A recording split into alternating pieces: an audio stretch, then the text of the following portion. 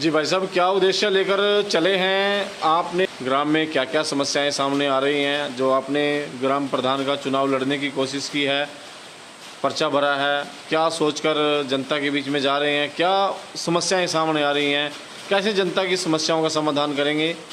आपका शुभ नाम? सर, मैं रवि कुमार जी। भैरनपुर ग्राम से और ग्राम भमनपुर से हूँ। जी। बस समस्याएं तो भमनपुर की बहुत सारी है, जैसे जंगली हाथियों का यहाँ बहुत सारा आगमन है। मेरे घर के बाहर भी बहुत सारे हाथी आते हैं जी। कुछ युवाओं के प्रति जो है नशे का जो हिसाब चल रहा है बहुत ज़्यादा चल रहा है, इस पर लगाम लगाने की कोशिश करूँगा मैं। जी। जी। ताकि हमारे गांव में पक्की सड़कों का निर्माण थोड़ा बहुत रह गया है और कुछ लोग हैं जो बेचारे बेरोजगार हैं, महिलाएं हैं, जिन्हें समूह के जरिए मैं उन्हें आगे बढ़ाना चाह रहा हूँ। ताकि तो शुरू से हम सामाजिक कार्य में आगे बढ़कर रहे हैं, कुछ काम हमने धार्मिक भी किए हैं काफ़ी टाइम से। बस आप देखते हैं जनता के बीच में आके एक क्षेत्र पंचायत के लिए मैं उठ रहा हूँ। बाकी मनपुर की जनता, रेणापुर ग्रांट की जनता हमें कहाँ तक पहुँचाती है, कहाँ तक उनका सहयोग और प्यार मिलेगा, अगर मिलता है ज़्यादा तो आगे बढ़ के काम करेंगे।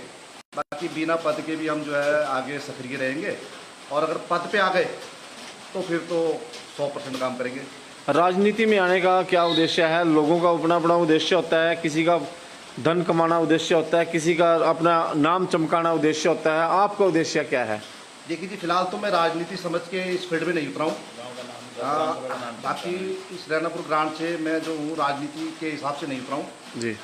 अपने भाइयों के सपोर्ट से। मतलब गांव में बहुत सारी समस्याएं ऐसी हैं जिन्हें मैं निपटाना चाहता हूँ। बाकी नेता या राजनीति, इससे तो मैं हमेशा दूर ही रहा हूँ। बस अगर आप लोग इसे राजनीति का नाम दे रहे हो तो मैं बता नहीं सकता इसके बारे में, क्योंकि राजनीति गांव से स्टार्ट होती है भाई जी। देखिए जी, मैं राजनीति, हमें अपने गांव का नाम रोशन करना है। राजनीति से तो हम जी। आप क्या कहना चाहेंगे भाई साहब, आप भाई साहब के बारे में? भाई साहब, हम लगभग ये कई सालों से तैयारी कर रहे हैं बीडीसी क्षेत्र पंचायत की, और इनकी कोई इच्छा नहीं थी, लेकिन हमने एक सही नागरिक और मतलब जैसे जिस हिसाब से सपोर्ट करते हैं। और भी प्रत्याशी खड़े हैं चुनावी मैदान में, वो भी अपना अपना दावे कर रहे हैं। क्या कहा कि इन्होंने, इनकी सबसे अच्छी बात यह है कि इन्होंने समक्ष जितने भी हमारे बड़े आदरणीय हैं उनसे सबसे बातचीत की। भाई कोई इस क्षेत्र पंचायत के उठने का कोई इच्छुक है तो मैं नहीं उठूंगा, और जो भी उठने वाला होगा हम उससे समर्थन करेंगे। लगभग मैक्सिमम लोगों ने ना किया कि यार नहीं, आप तैयारी करो, हम आपके साथ हैं जी। अब आपको पता है कि जहाँ 4 बर्तन होते हैं वहाँ आवाज़ होती है। अब एक उठे, पीछे से आए, दूसरा भी उठ गया, चलो जी। चलो ठीक है। तो भाई साहब को सपोर्ट कर रहे हो आप भी? जी बिल्कुल। तो जैसे आप को जनता सपोर्ट कर रही है, आपका उद्देश्य हमें क्लियर हो चुका है।